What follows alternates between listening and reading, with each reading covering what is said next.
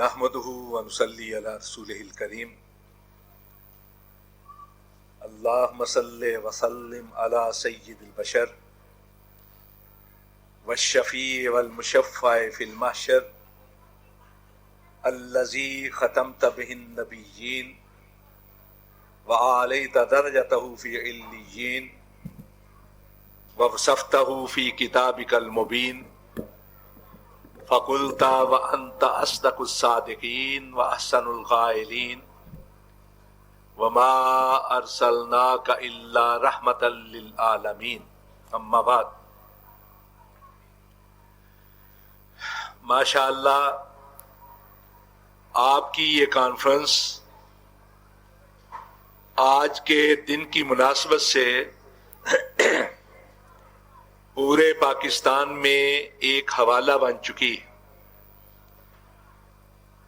میں آپ کو اور آپ کے توسط سے اپنی جماعت کے جواں سال جواں جذبوں کے امین حضرت حافظ محمد یونس آزاد صاحب کو مبارکباد پیش کرتا ہوں کہ انہوں نے اس عظیم کانفرنس کے نہ صرف بنیاد رکھی بلکہ ہر سال اس میں جو عظمت اور رفعت آ رہی ہے وہ اللہ کی خاص تائید اور قبولیت کی دلیل. مجھ سے قبل ہماری جماعت کے جید عالم دین خطیب دلنشین حضرت مولانا قاری محمد حنیف ربانی حافظہ اللہ بڑے احسن انداز میں سونے نبی صلی اللہ علیہ وسلم کے ساتھ اہل حدیث کے تعلق کو بیان کر رہے تھے. یہ حقیقت ہے کہ اوروں کے لیے تو اور بھی ہیں، ہمارے لیے سوائے مدینے والے کے کوئی اور نہیں. یہی وجہ ہے کہ ہمارے تمام علماء کرام خطبہ اعظام اپنے اپنے انداز میں جب بھی بات کرتے ہیں آغاز بھی مدینے والے سے کرتے ہیں اور اختتام بھی مدینے والے پہ کرتے ہیں، اور ساری تقریر سونے مدینے والے کے حوالوں سے مزین ہوتی ہے.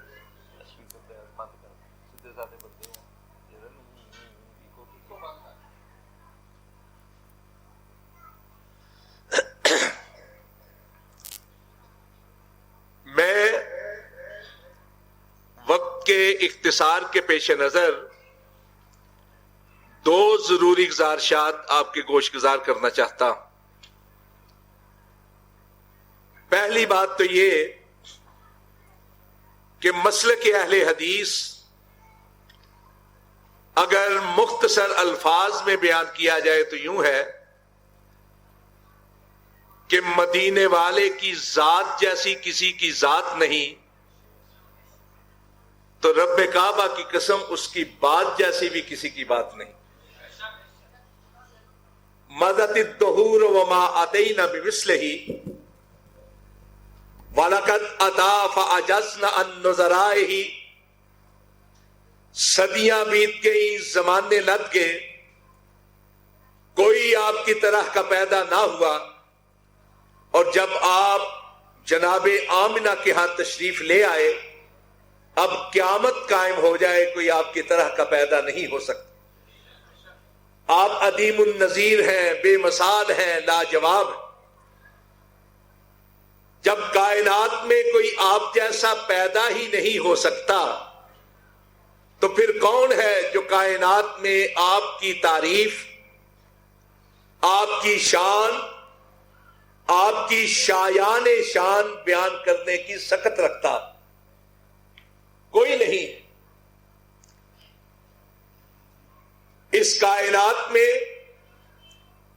آپ سب سے اعلیٰ، سب سے اولا، سب سے انفع، سب سے اشرف، کامل، مکمل اکمل حیثیت میں پیدا کیے گئے، اور ہماری خوش قسمتی ہے کہ ہم آپ کی امت میں سے ہیں، آپ کے ساتھ تعلق کے خاطر کا اظہار کرتے ہیں۔ حضرات، آج کا دن یعنی 12 ربیع الاول پورے پاکستان میں گلی و بازار کے اندر ایک غوغا ہے، ایک دھوم ہے، اور بعض لوگ اس دھوم میں، اس غوغے میں پیارے رسول کے ساتھ محبت کا اظہار کرتے کرتے ہم اہل حدیث کی طرف بھی انگلیاں اٹھانی شروع ہو جاتے ہیں۔ میں نے کبھی طعن و تشنیع کی زبان استعمال نہیں کی، اور نہ کبھی ہمارے اسٹیج سے کفر اور نفاق کے فتوے صادر ہوتے۔ ہم محبت کے جذبے کی تحسین کرتے ہیں۔ جتنے بھی لوگ محبت کا دعویٰ کرتے ہیں ہم ان کے جذبے کی تحسین کرتے ہیں، لیکن صرف یہ عرض کرنا چاہتے ہیں کہ اس جذبے کو صحیح رخ دینا چاہیے۔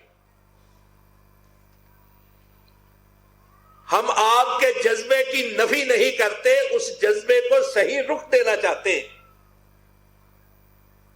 ہم یہ سمجھتے ہیں کہ کوئی شخص اس وقت تک مسلمان ہو ہی نہیں سکتا جب تک کہ وہ سونے نبی کے ساتھ محبت کا جذبہ نہ رکھتا، کسی مقت فکر سے ہو۔ کلمہ پڑھے گا مدینے والے کا تو مسلمان ہوگا، اور کلمہ تبھی پڑھے گا جب وہ یہ سمجھے گا کہ اس کائنات میں سوائے مدینے والے کے کوئی اور نہیں۔ لیکن یہ جذبہ محبت تقاضا کیا کرتا ہے، یہ جذبہ محبت چاہتا کیا ہے، جذبہ محبت کی سچائی کیا ہے، اس طرف ہم توجہ دلانا چاہتے۔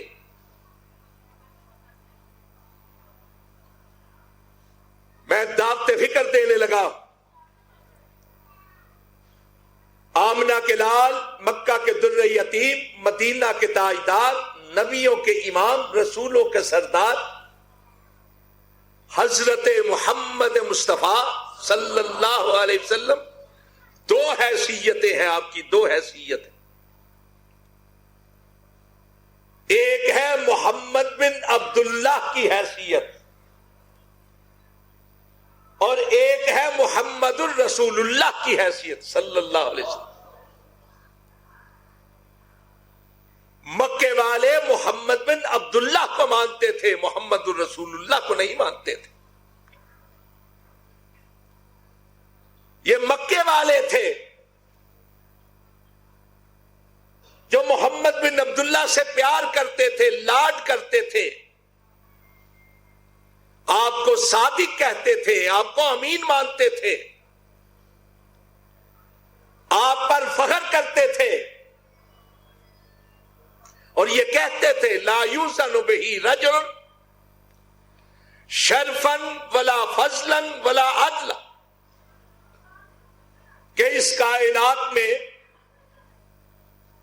کوئی محمد بن عبداللہ جیسا نوجوان نہیں ہے، نہ شرف کے لحاظ سے، نہ فضیلت کے لحاظ سے، نہ عدل و انصاف کے لحاظ سے۔ وہ اپنی امانتیں بھی رکھواتے تھے، اپنے فیصلے بھی کرواتے تھے آپ سے۔ کیا آپ نے وہ واقعہ نہیں سنا ہوا کہ جب مکہ والوں نے بیت اللہ کی تعمیر کروائی اور حجر اسود کے رکھنے کی باری آئی تو سارے سردار یہ چاہتے تھے کہ یہ شرف ان کے حصے میں آئے، وہ اپنے ہاتھ سے حجر اسود کو اس کی جگہ پہ نصب کریں۔ اس سعادت کے حصول کے لیے وہ آپس میں الجھنے لگے. ایک کہتا تھا میں رکھوں گا, دوسرا کہتا تھا میں رکھوں گا, تیسرا کہتا تھا میں رکھوں گا. قریب تھا کہ آپس میں لڑائی کرنے لگے, تلواریں نکل آئیں. کہ ایسے میں ایک سیانے نے یہ کہا کہ لڑو نہیں, ایسا کرتے ہیں کہ اب جو سب سے پہلے حدود کعبہ میں داخل ہوگا, مطاف میں داخل ہوگا, اس سے فیصلہ کروا لیا جائے گا. قدرت اللہ کی کہ سونے محمد صلی اللہ علیہ وسلم تشریف لائے. سب نے جب آپ کو دیکھا تو وہ یک زبان کہا رضینا محمدا, رضینا صادقا, رضینا امینا.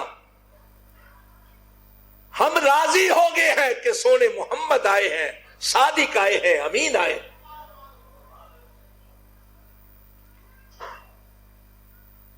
اور سونے نبی صلی اللہ علیہ وسلم نے پھر ان کے جھگڑے کو اس طرح نمٹایا کہ ایک چادر رکھ کے اپنے ہاتھ سے اس پر حجر اسود رکھا. سب سے کہا کہ یہ چادر پکڑو, اٹھاؤ. سب نے اٹھائی تو اپنے ہاتھ سے پکڑ کے حجر اسود کو اس کی جگہ پہ رکھا. یہ واقعہ آپ نے سنا ہوا ہے. مکے والے آپ سے پیار کرتے تھے, آپ پہ فخر کرتے تھے, آپ کو صادق کہتے تھے, آپ کو امین مانتے تھے. آپ کے ساتھ پیار اور محبت کا برتاؤ کرتے تھے. محمد بن عبداللہ کو مانتے تھے, عزت دیتے تھے, احترام دیتے تھے. لیکن یہی مکے والے ہیں کہ جب سونے نبی نے کوہ صفا پہ کھڑے ہو کر یہ کہا کہ میں محمد الرسول اللہ بن گیا ہوں صلی اللہ علیہ وسلم, قولوا لا الہ الا اللہ, تو انہی مکہ والوں نے جو محمد بن عبداللہ کو مانتے تھے محمد الرسول اللہ کا انکار کر. سب سے پہلے مخالفت کرنے والے مکے والے تھے, وہی مکے والے. حضرات اگر بات کو نہیں سمجھے تو اس اور انداز سے, ایک اور انداز سے سمجھانا چاہتا ہوں کہ جب آپ دنیا میں تشریف لائے, آپ پیدا ہوئے, آپ کی ولادت ہوئی, لونڈی بھاگتی ہوئی گئی سردار ابو لہب کے پاس. سردار مبارک ہو, آپ کے مرحوم بھائی کے گھر, آپ کی بیوہ بھابھی کے ہاں لخت جگر پیدا ہوا ہے, نور چشم پیدا ہوا ہے, راہ جا پیدا ہوا ہے. تو سب سے پہلے آپ کی ولادت کا جشن مناتے ہوئے سردار ابو لہب نے اس لونڈی کو ایک قیمتی ہار انعام میں دے دیا. یہی سردار ابو لہب تھا جس نے سب سے پہلے آپ کی ولادت کی خوشی منائی محمد بن عبداللہ کی حیثیت سے. اور یہی سردار ابو لہب تھا جس نے سب سے پہلے محمد الرسول اللہ کا مذاق اڑایا اور ناروا قسم کے الفاظ کہے.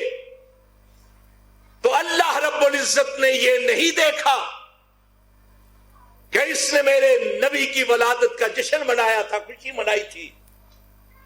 دیکھا تو یہ دیکھا کہ اس نے محمد رسول اللہ کی رسالت کا انکار کیا. قرآن پاک میں سورہ مبارکہ نازل ہوئی, تبت یدا ابی لہب وتب, اور اس وقت سے لے کر آج تک اور آج سے لے کر قیامت تک ہر مسلمان جب قرآن پاک پڑھتا ہے تو یہ الفاظ دہراتا ہے, تبت یدا ابی لہب وتب, ابو لہب تیرا ستیہ ناش ہو جائے, تیرا بیڑا غرق ہو جائے, تیرے دونوں ہاتھ ٹوٹ جائے.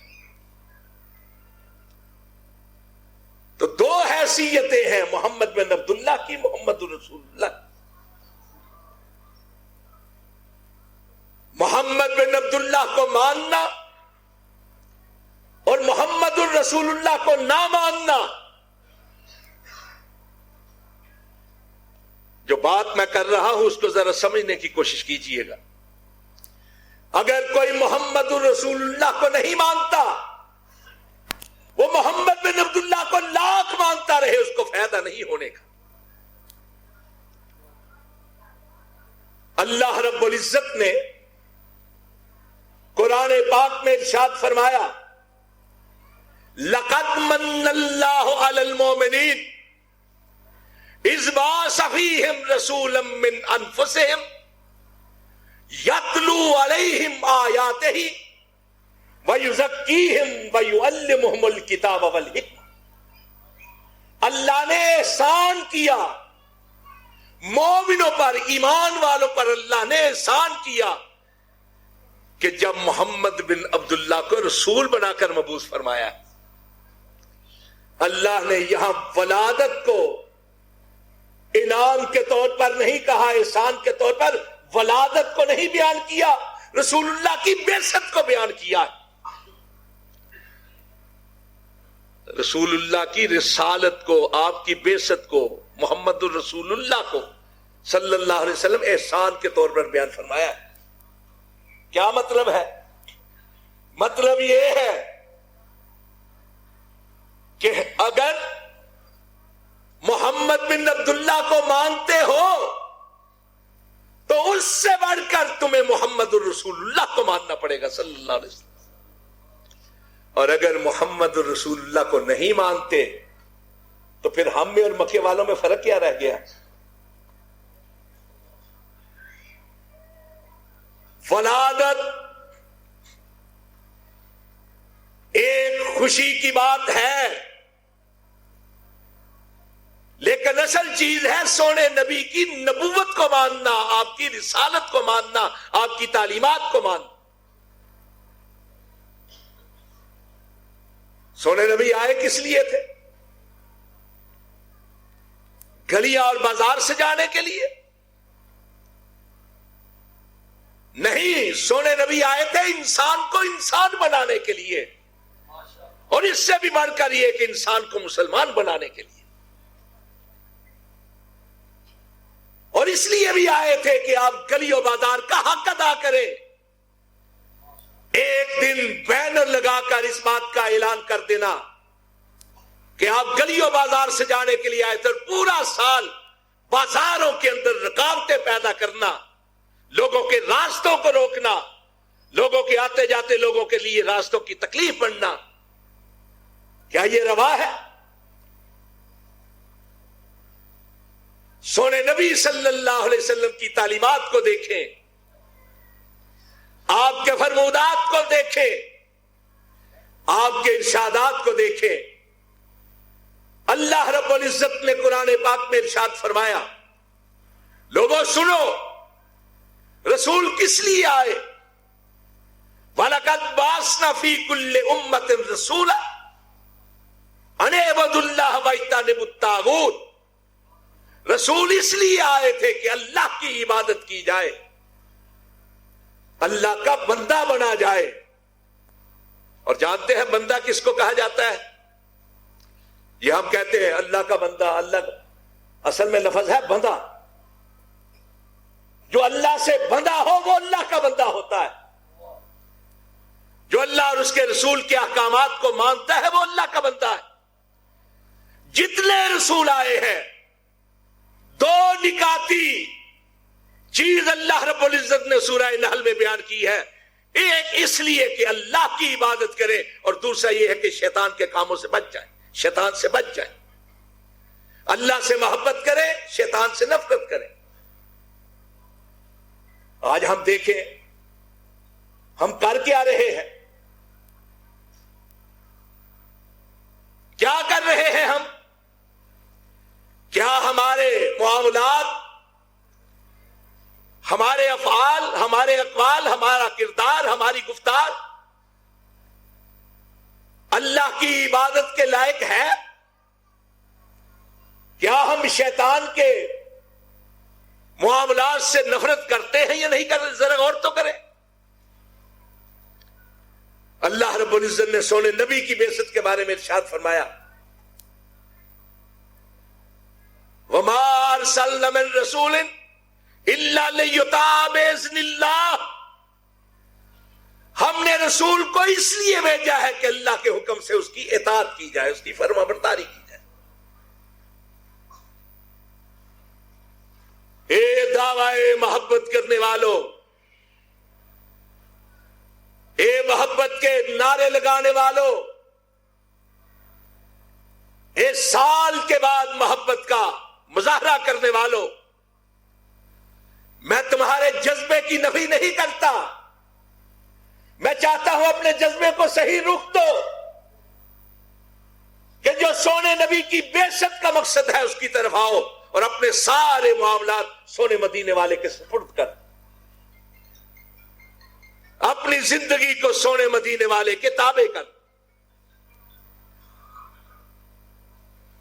یہ کیا کہ پورا سال ہم وہ کام کریں جو سونے نبی کے ارشادات اور احکامات کے خلاف ہو،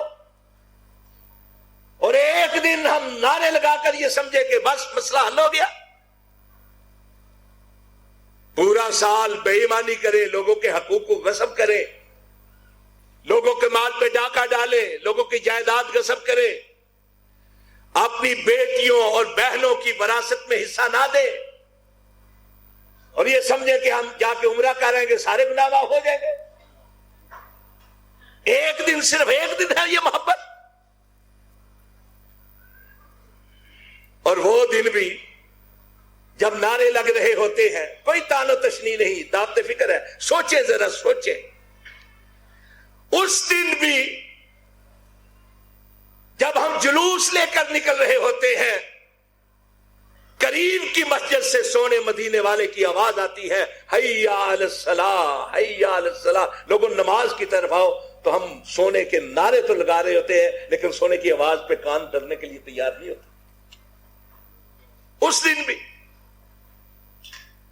اور جیسے ہی رات گزرتی ہے پھر وہی کرتوت، پھر وہی کارستانیاں، پھر وہی جگت، پھر وہی چلن جو پورے سال کا ہوتا ہے۔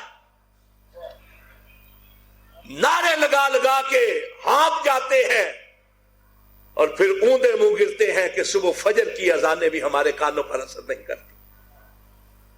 وہ غالب نے کہا تھا کہ یہ شب کو دیکھتے تھے کہ ہر گوشہ نشاط دامان باغباں و کفے گل فروش ہے، یہ صبح دم دیکھیے جو آ کر بزم میں نے وہ سوز و ساز نے وہ جوش و خروش ہے، داغے فراقے صحبت شب کی جلی ہوئی ایک شمع رہ گئی ہے سو وہ بھی خاموش۔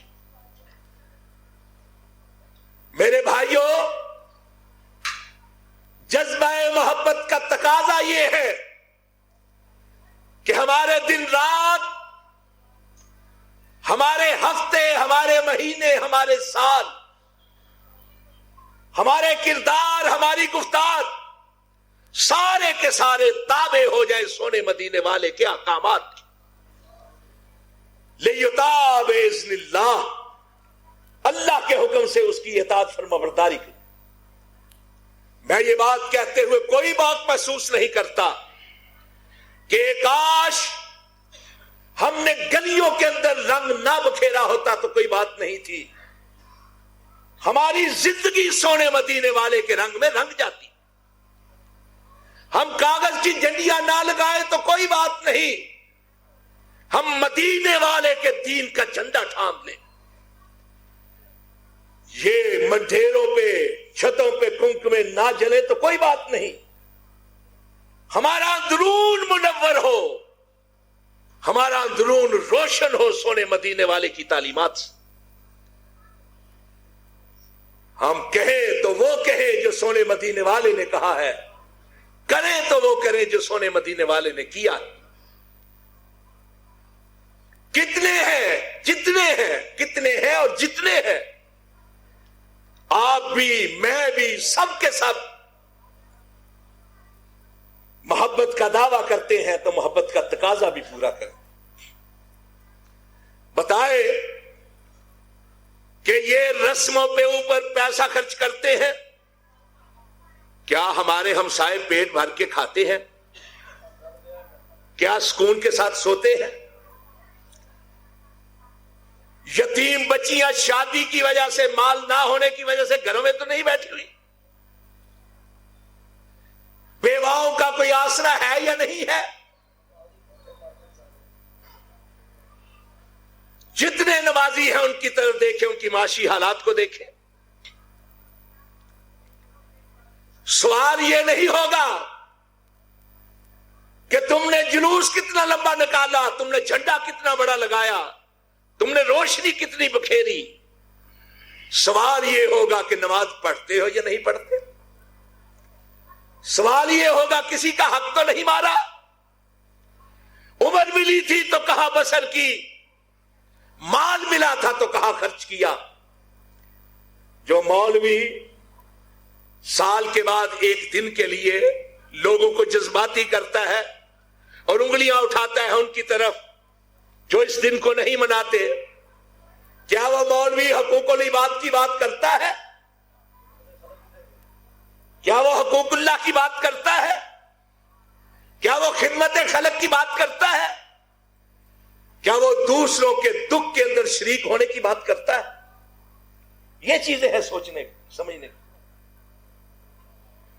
جہاں تک بات ہے بطور تہوار کے منانے کی، ذرا سن لے۔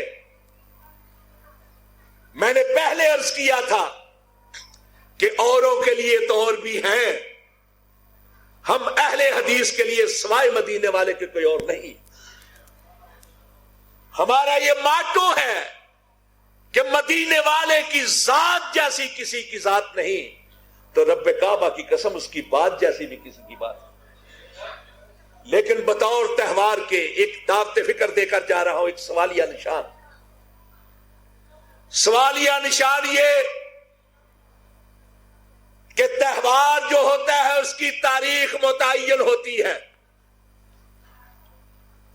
تہوار جو ہوتا ہے اس کی تاریخ متعین ہوتی ہے۔ مثلا عید الفطر تہوار ہے، پوری دنیا میں جہاں جہاں بھی مسلمان ہے، کوئی ایک ہے یا تعداد میں اضافہ ہے، بہت بڑی تعداد کے اندر ہے، کسی مسلمان کو پوچھے، کسی مسلک سے تعلق رکھتا ہو، کسی مکتب فکر سے تعلق رکھتا ہو، شیعہ ہو، سنی ہو، کوئی ہو، جو مسلمان ہے اس سے پوچھے کہ عید الفطر کب ہوتی ہے، وہ بے ساختہ کہے گا یکم شوال۔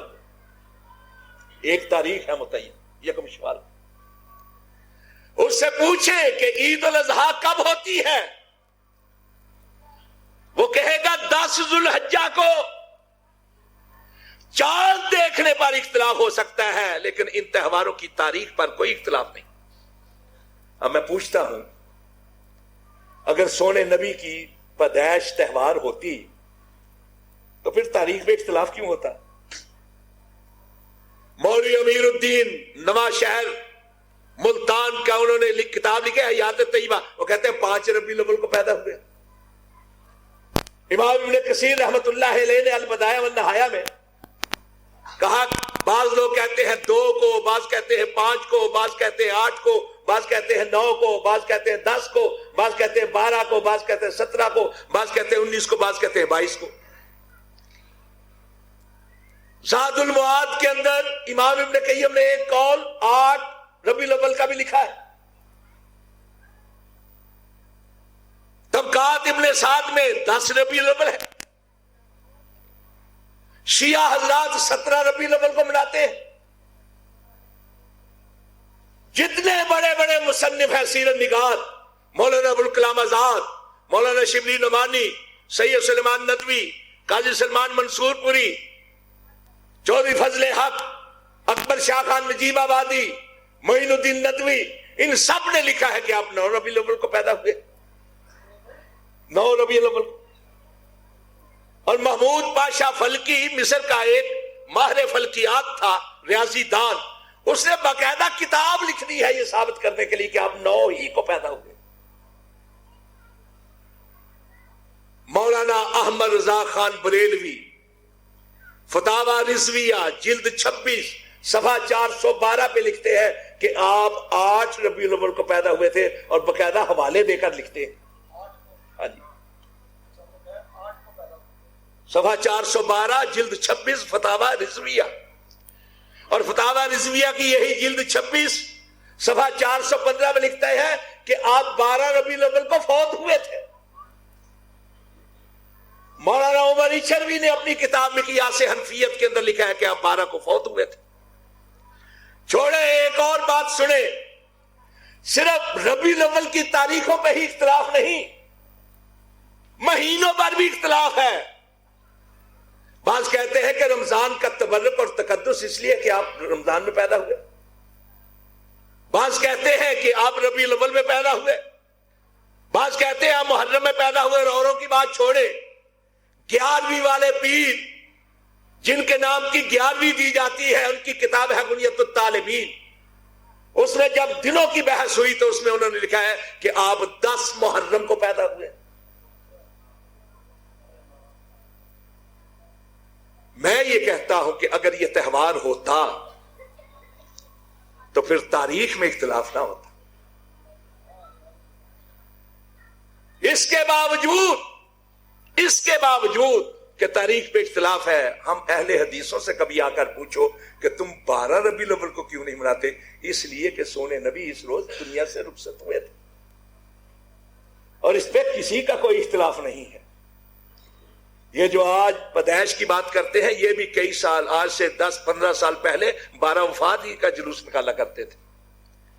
کبھی اس انداز سے بھی سوچو کہ اہل حدیث یہ کہتے ہیں کہ آپ 12 کو دنیا سے رخصت ہوئے، تو صحابہ اکرام کی حالت بڑی پتلی تھی. صحابہ اکرام کہتے ہیں اگر ہمارے سینوں پر بڑے بڑے پہاڑ بھی رکھ دیے جاتے تو اتنا دباؤ نہ ہوتا غم کا جتنا سونے نبی کی رخصتی کا دباؤ. اور حضرت فاطمہ الزہرا رضی اللہ تعالیٰ عنہ نے کہا تھا سبت علی مصائب لو انہا سبت علی الایام سرنا لیالیا، کہ ہمیں ایسا دکھ پہنچا ہے، اگر روشن دنوں کو وہ دکھ پہنچتا تو اس دکھ کی وجہ سے روشن دن روشنیاں کھو کر سیاہ راتوں کے اندر تبدیل ہو جاتے. کبھی اس انداز سے بھی سوچیں ہم کس طرح خوشی منا سکتے. لیکن اس کے باوجود میں یہ عرض کر رہا کہ تقاضا محبت کا یہ ہے کہ محمد بن عبداللہ کو تو مانتے ہو، محمد الرسول اللہ کو بھی مانو صلی اللہ علیہ وسلم. آپ کی بعثت کا مقصد یہ ہے وما ارسلنا من رسول الا لیطاع باذن اللہ، کہ اللہ کے حکم سے رسول اللہ کی اطاعت کی جائے، فرما برداری کی جائے. سارے اختلاف ختم ہو سکتے ہیں، سارے اختلاف، اگر ہم اس چیز کو مان لیں کہ ہم نے زندگی گزارنی ہے تو رسول اللہ کے اطاعت کرتے ہوئے گزارنا. جو اللہ کے رسول نے دیا ہے، ما آتاکم الرسول فخذوہ وما نہاکم عنہ فانتہوا، جو آپ نے دیا ہے اس کو تھام لیں، جس سے روکا ہے رک جائے. چلے آج کے دن کے حوالے سے بھی فیصلہ لے لیتے ہیں نبی پاک سے. اگر انہوں نے کیا ہے تو کریں، جوش سے کریں. اور اگر آپ نے حکم دیا ہے کہ محبت کے تقاضوں کو آپ کی اطاعت و اتباع کے ساتھ گزارنا ہے تو اس طرح گزاریں. اللہ سے رب العزت سمجھنے کی توفیق عطا فرمائے. واقول قولی ھذا استغفر اللہ لی ولکم.